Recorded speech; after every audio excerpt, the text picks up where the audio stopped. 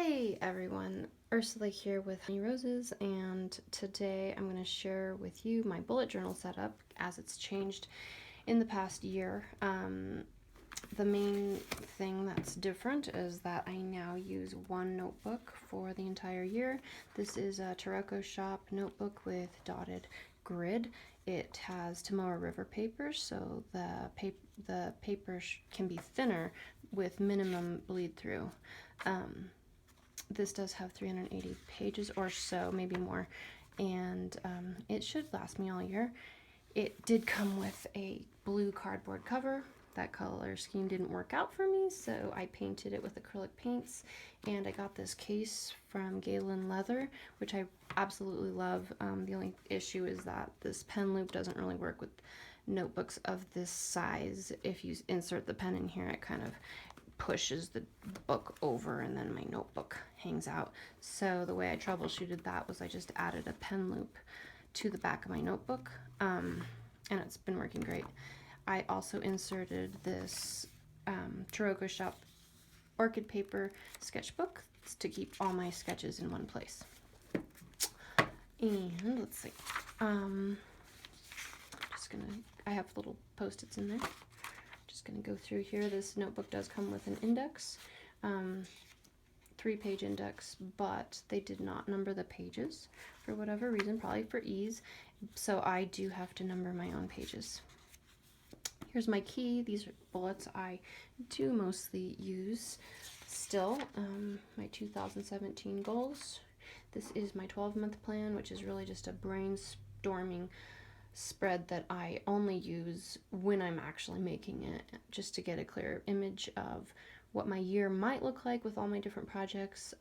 This is no longer relevant, so I do have to create a new one, and I'm thinking I'll do it with a erasable pen so that it's more of a useful spread and not so much a pretty waste of time.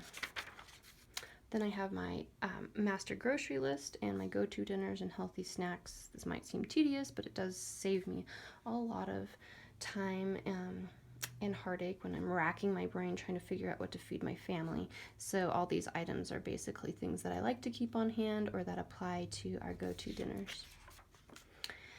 I am a new homeowner, so I have categorized different tasks for the house that involve cleaning and like lawn maintenance and things like that by season, and then I have tasks that should occur twice a month and once a month, and as you can see, I'm not really on top of that.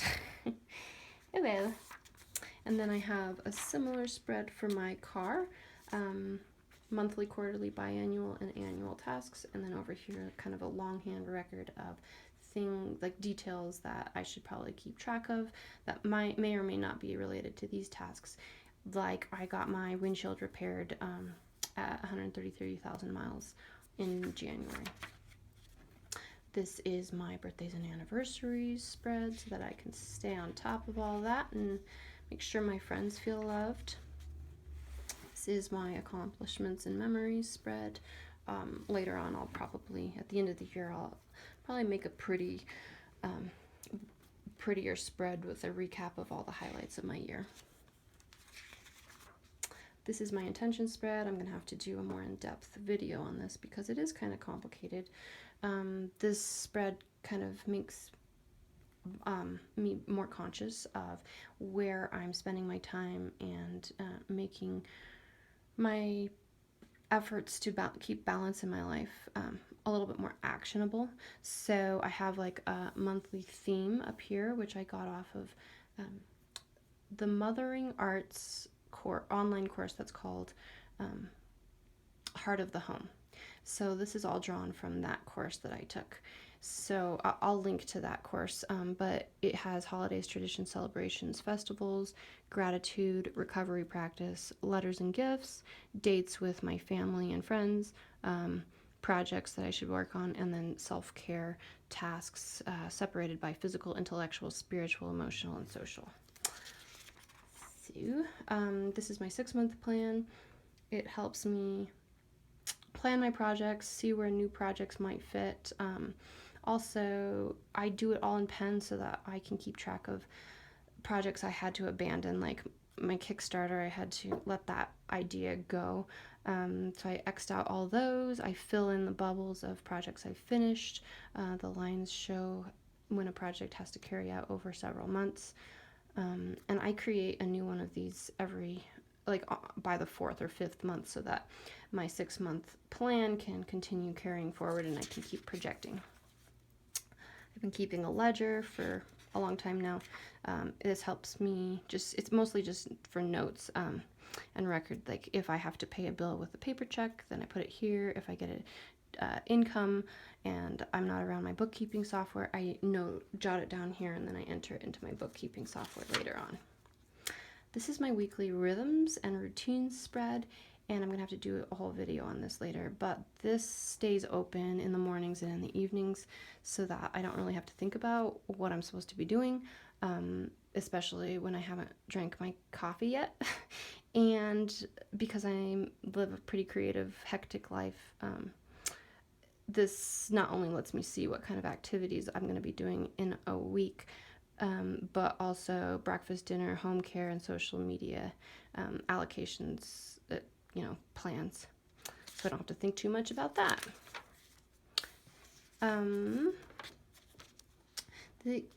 For my monthlies, I do all my future planning digitally, so it's synced across all my devices. So really for my monthlies, I just have an organized brain dump with categories of my life separated, so that the tasks I can just look at according to category, because one long list with everything in there is just too overwhelming for me. I also have a habit tracker with 7 items and then a mantra for the month, and I have this other monthly spread where I can see the month by the week, so that I can see important events. So I don't put all my meetings and stuff, only things that really might affect my projects and my tasks. And so the events are signified with a box with the date, and then my time-sensitive tasks are signified with a little box, like pay office rent. And then my projects, my bigger projects, are signified with a circle, and then they're probably broken down into smaller tasks within my dailies.